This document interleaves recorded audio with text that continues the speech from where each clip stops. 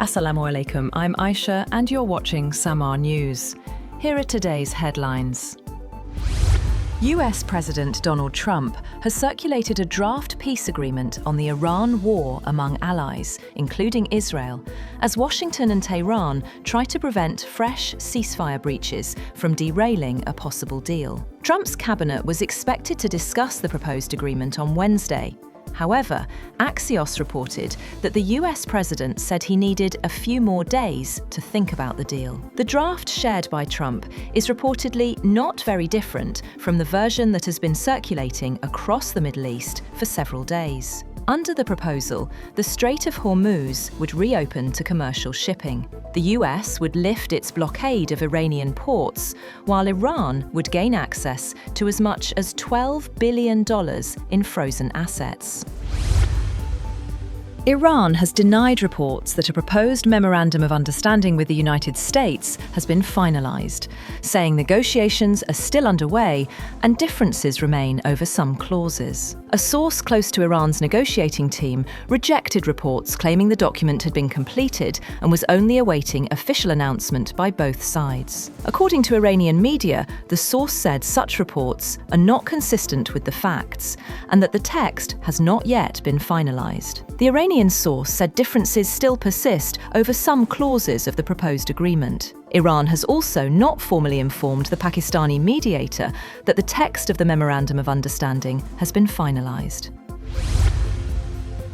US Vice President J.D. Vance has said that Washington and Tehran have made a lot of progress toward an agreement, but several sticking points remain before President Donald Trump can approve a potential memorandum of understanding. Speaking to reporters, Vance said the United States was not there yet with Iran, although both sides were close to a possible agreement. He said Washington and Tehran were going back and forth on a couple of language points and made a lot of progress. He added that it was hard to say exactly when or if President Trump would sign the Memorandum of Understanding. US Treasury Secretary Scott Bessent has said the United States and Iran may be close to an agreement to wind down the war, but any deal depends on President Donald Trump's approval and several key conditions, including free navigation in the Strait of Hormuz. Speaking at the White House, Bessent said he spoke by phone with the Omani ambassador, who assured him that there are no plans to impose a toll tax or tolling mechanism on the Strait of Hormuz. The Treasury Secretary said Washington will not tolerate any effort to impose a tolling system in the Strait of Hormuz.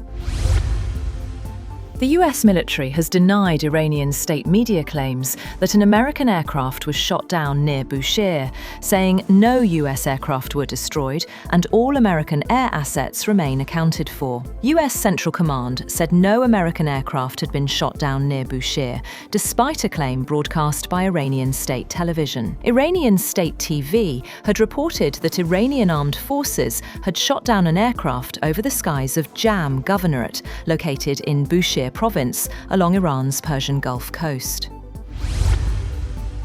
The US has said it has imposed new sanctions on Iran's military oil trade, even as Washington and Tehran reached a tentative agreement to extend their ceasefire and lift restrictions on shipping through the Strait of Hormuz. The Treasury Department said it had sanctioned 8 vessels involved in transporting Iranian crude oil and petroleum products to global markets. The vessels included the Marshall Islands-flagged oil tanker Flora, the Comoros-flagged crude oil tanker Honcayo, and the Panama-flagged tanker Ilgap.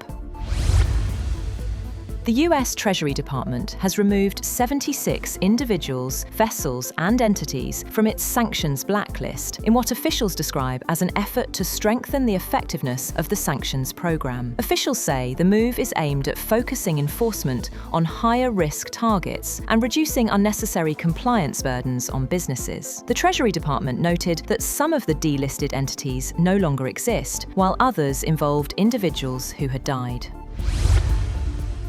NATO member Romania has said that a drone injured 2 people in a southeastern city during an overnight Russian attack on neighbouring Ukraine. The first time in the war that a drone had hit a densely populated area in Romania and caused injuries. A NATO spokesperson posted on X that the alliance condemned Russia's recklessness and that NATO will continue to strengthen its defences against all threats, including drones. Romanian authorities said the drone hit the roof of a 10-storey block of flats in Galati and caused an explosion. That's all for now. For more updates, visit www.samaa.tv. Thank you for watching Samaa News.